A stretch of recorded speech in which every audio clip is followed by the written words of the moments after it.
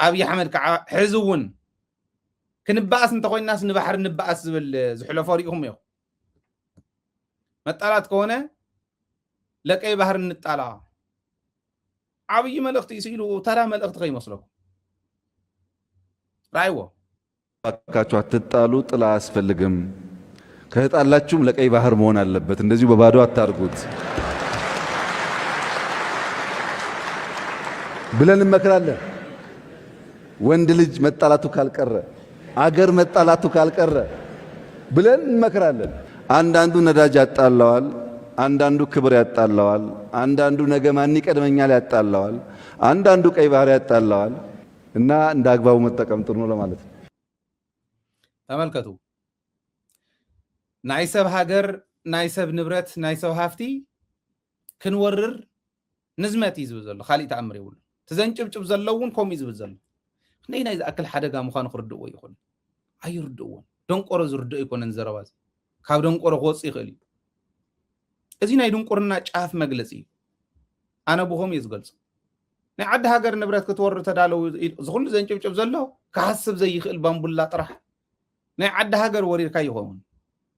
ከምኡ ክሓልፈልካ ይኽእል ብኸምኡ ክትጥቀም ክትወርር እውን ይኽእል ስኢሉ ዘውረካ ሓይሊ እውን ኣይኮነን ተሓይሊ ክትኸም ትብሎ ዘለካ ይንኣስ ይውሓድ ብዘየገድስ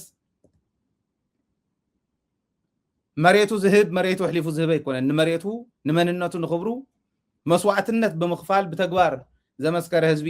ክውረር ዝኽእል ኣይኮነን ጭርሹ ግን ንፅባሕ ንጎውን ናይ ፅባሕ ትውልዲ እንተይተረፈ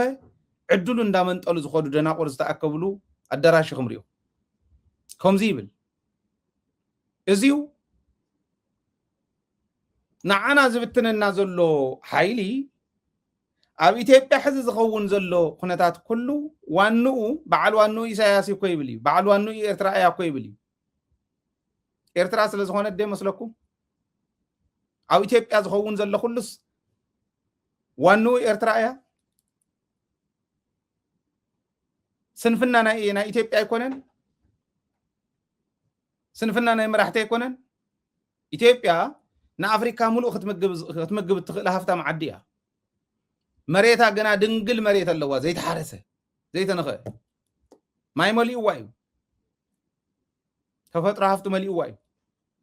እዚዩ ብንእሽትለን ክራይ ወደብ ክትለምዕ እትኽእል ሰላም ዘለዎ ዓዲ ዓባይ ዓዲ ተኣማኒት ዓዲ ከም ትመለስ ሰሪሕዋ ዝኸደ ከምኡ ዝበለት ዓዲ ኮይና ክትዘልቕ መኽኣለት ነይራ ግን ናትካ ድኽመት ኣብ ካሊእ እናሸከምካ እናሓባእኻ ታስልጣን ጥራሕ ትረኣዮም ሰባት ግን ከምዚ ይብሉ ለኢትዮጵያ መፍረስ አሁን ለምንባላው መባላት ሁሉ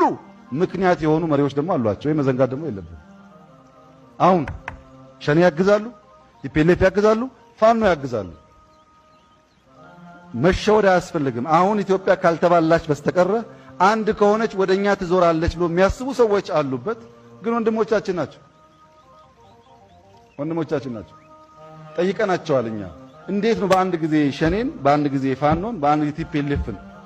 ሁለት የማይፈላለጉ ኃይሎች የምታግዙ ለነሱ ዋና ግብ ኢትዮጵያ ሰላም የሚባል አግኝታ አለማረፏ ነው ለምን ካረፈች ያ ያልተቋጨ ጉዳይ ይነሳል ስለሚያስቡ አሁን ኮንሸስ መሆን አለብን በመስደብ በመግፋት አናሳካው በየዋህነት ደግሞ ካለ እነሱ ማን አለ ትግራይ ያስፈልገንም ኤርትራ ነው ኦሮሚያ ያስፈልገንም ኤርትራ ነው አማራ ያስፈልገንም ኤርትራ ነው ይሄ ቅል ጅል ብቻ እውነቱን ነው የድንቁርና ስራ ነው የሰራው ግን የጅሎቹ አለቃ ራሱ ነው ትግራይ ከሌሎች ነጥለህ ብቻ ሳይሆን ሌሎች በሙሉ አነሳስተህ ትግራይን ሲጨፈጭፍ ጊዜ ነው ኤርትራ የናቀች ኤርትራ ሕዘይ ኮነት ንዕቃቶ እንድሕር ንዕቃቶ ሰየ እንኳዕ ገበረት የዝብል ከምኡ ተገይሮም ጀጋን እዮም ኢትዮጵያ ፍጹም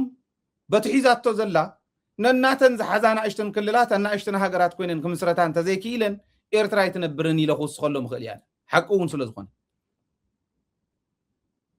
ናብ ብዙሕ ናብ ፒስስ ከይትቕየር ኢትዮጵያ ህዝቢ ትግራይ መስዋዕትነት ከፊል እዩ ናብ ሓድነት ዘምፃ ሃገር ተመሊሳ ክትበልዖ ከላ ግን ብዓይንና ርኢና بعيننا رينا نزيو زدالو نزي زمرح سواي بعلي حزي سب مصيلو تግራይ ያስፈልገንም እንደዚህ ምናምን ያስፈልገንም እንደዚህ ማለት የቅልነት ነው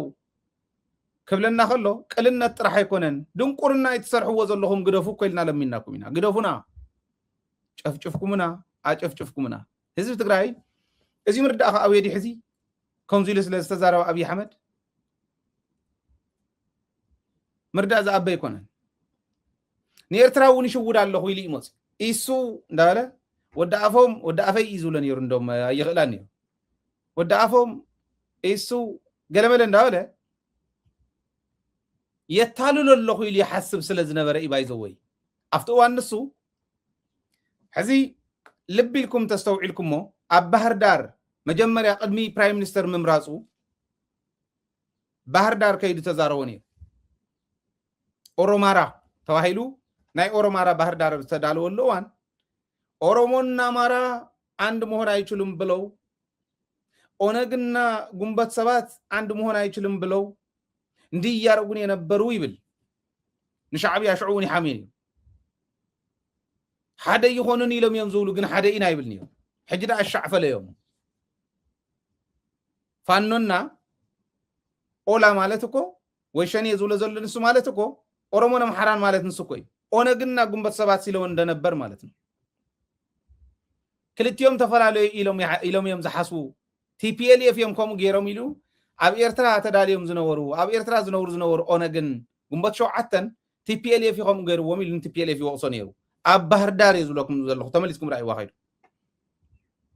ናይ ኦሮማራ ጥምረት ተባሂሎ ባህር ዳር ዝተገበረሉ ስለ ትግራይ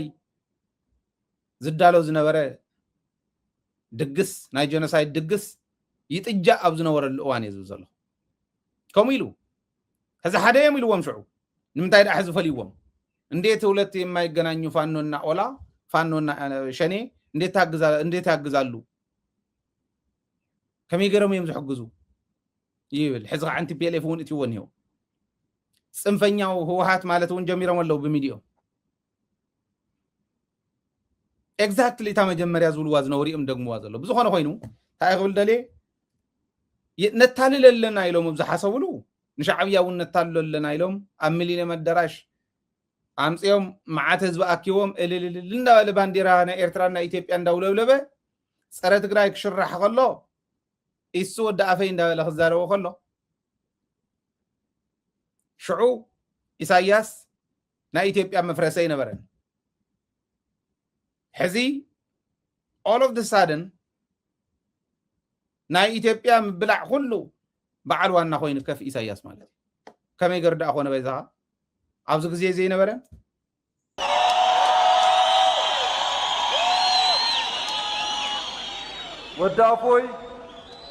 ወዳፎም ኢሱ በጀግንነት ይህንን ገድል ስለሰራ በመወደው ህዝብ ፊት ዝቅ ብዬ ላመሰግን እፈልጋለሁ።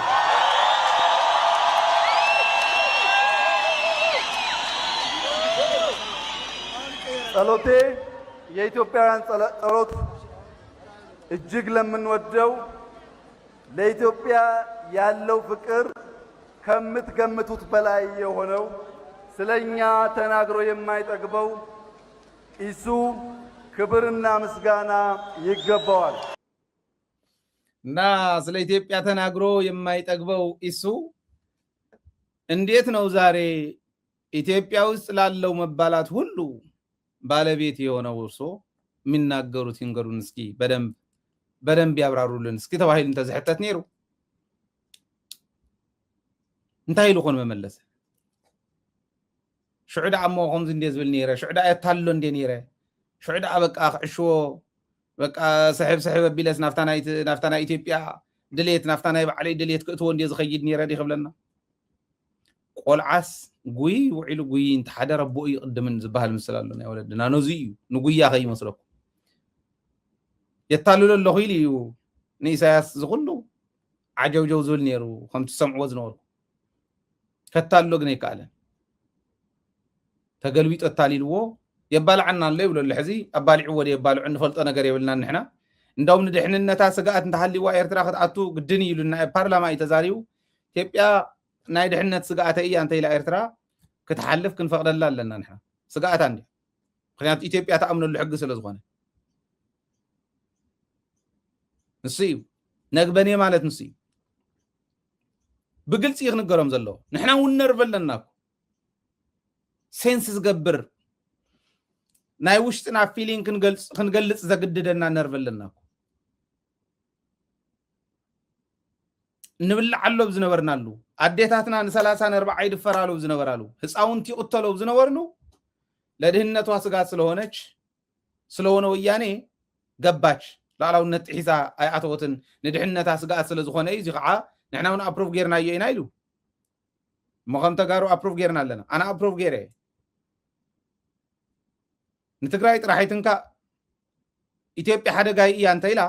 ሓደጋ ክዳ ቅጥቅጥ እያ ባዕላ ዝተኣምነሉ እንድያ ግን የላን ኤርትራው ኣብቲ ምቅጥቃጥ የላን እምበር እንተትመፅእ ከምኡ ኢሎም ሕለፍክዋን የላን ግን ንሕና የለና ኣሉን ኢሉ ኣብ ስራሕና ኢና ዘለና ኣብ ልምዓት ኢና ዘለና ሃተውተው ይብሉ ኣለዉ ምስ ዝህውትቶ ይንህውትትን ሰነፍ ነዳይ ፈራሕ ስሱዕ ዝኾነ መራሕ ዘለዎም እዮም ከምኡ ዝገብሩ ዘለዉ ንሕና የለና ኣሉን ኢሉ እቲ ኸታልሎ ዝኸዶ ዝነበረ ግን እንደይ ናይ ዝኣክል ተረዲእዎ ከም ዝኸደ ኢሳያስ ብተግባር ዘረድአ ይኽእል ደልየ እቲ ዓብዪ ነገር ንዓይ ዘስጋኒ ናይ ተጋሩ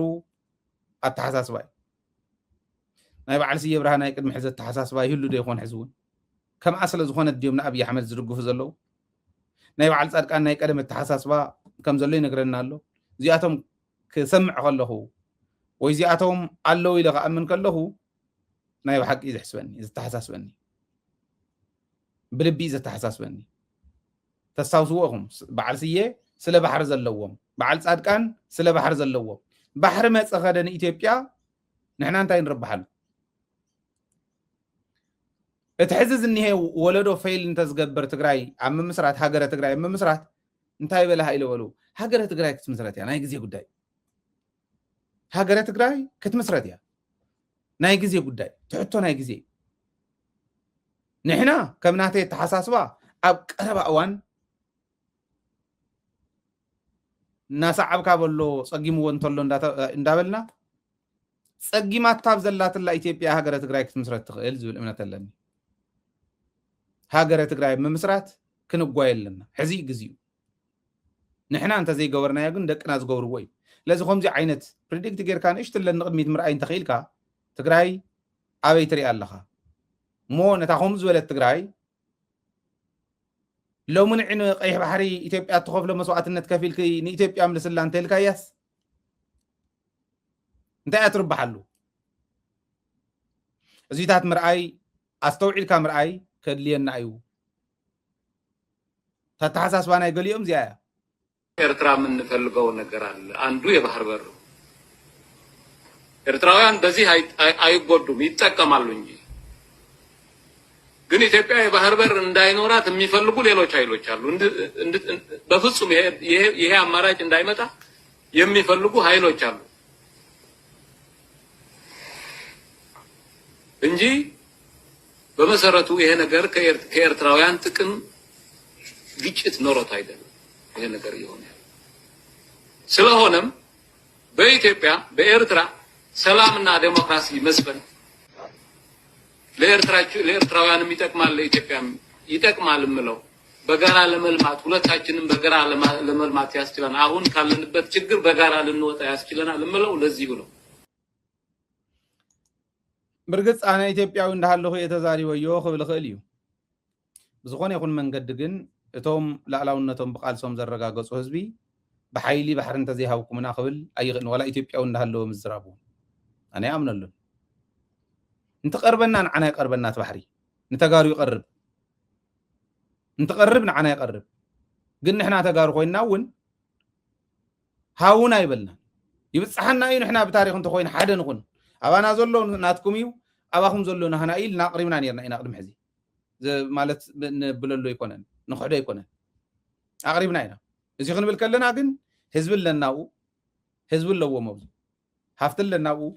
ሃፍቲ ኣለዎ መብዙ ኢልና ኢና ንሕና ንዛረቡ ኣባና ዘሎ ሒዝናስ ناتكم هاونا يكون اتزولنا يون أبناء إرتراويان دليت يزوسن of course تاريخنا أيو هفتنا أيو هفتكم يو تاريخكم يو إلهم تموت يوم صبح تزي كوينو جد حزي تقرأي بزلاتا كارتان إثيوبيا بزلاتا كارتان كابي إرترا بحري تغاريخا متقام ترحياتا مرحاني كالي تأمري بالله إحديكا بحيلي حيلي سلازلك حزي انت تحدقهم حيل غلوهم كلهم يوم يملسوه نتقاتل كاتنبر نولد ولد استرف كويناتي خاقدي فكات حل تاخمو زولة التحساس وانا يبعال سينا يبعال سادك اننقن حجوون تقارو حيزا خطأتو تللناو أمونغو تقراين إرتران مبلع اختمصي لليوا زيو خطأف زلو زي مستوعل زليو أستوعلو مسن نتصامدو بسرعات كنتصامد هزبنا وون سلام كركب زي نقبر انتخوينا نستوعل كدلينا إنو لو نزي كالي تأمري ولون حزونا استوعلنا خنكيد كلنا خنصرح اللي إزقباء زول أمنة لني